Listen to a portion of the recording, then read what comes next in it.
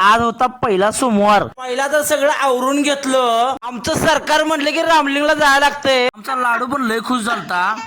पहिला तर गाडीची चावी घेतलो आणि पार्किंग मध्ये आलो. चावी चालू करून बघितलं गाडीतलं पेट्रोल संपलेलं. पेट्रोल टाकायला लागतंय. एवढंच आमच्या सरकारनं लागली बुक. पहिला तर ऑर्डर दिली. हॉटेल तर एक नंबर होतं. समोर डिश आल्यावर समजलं की आज उपवास धरायला लागतंय.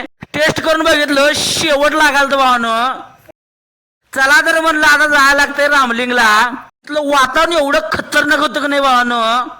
गाडी लावलं पार्किंगला आणि वर जायला चालू केलं. आता म्हणलं टिळा लावून घेऊया.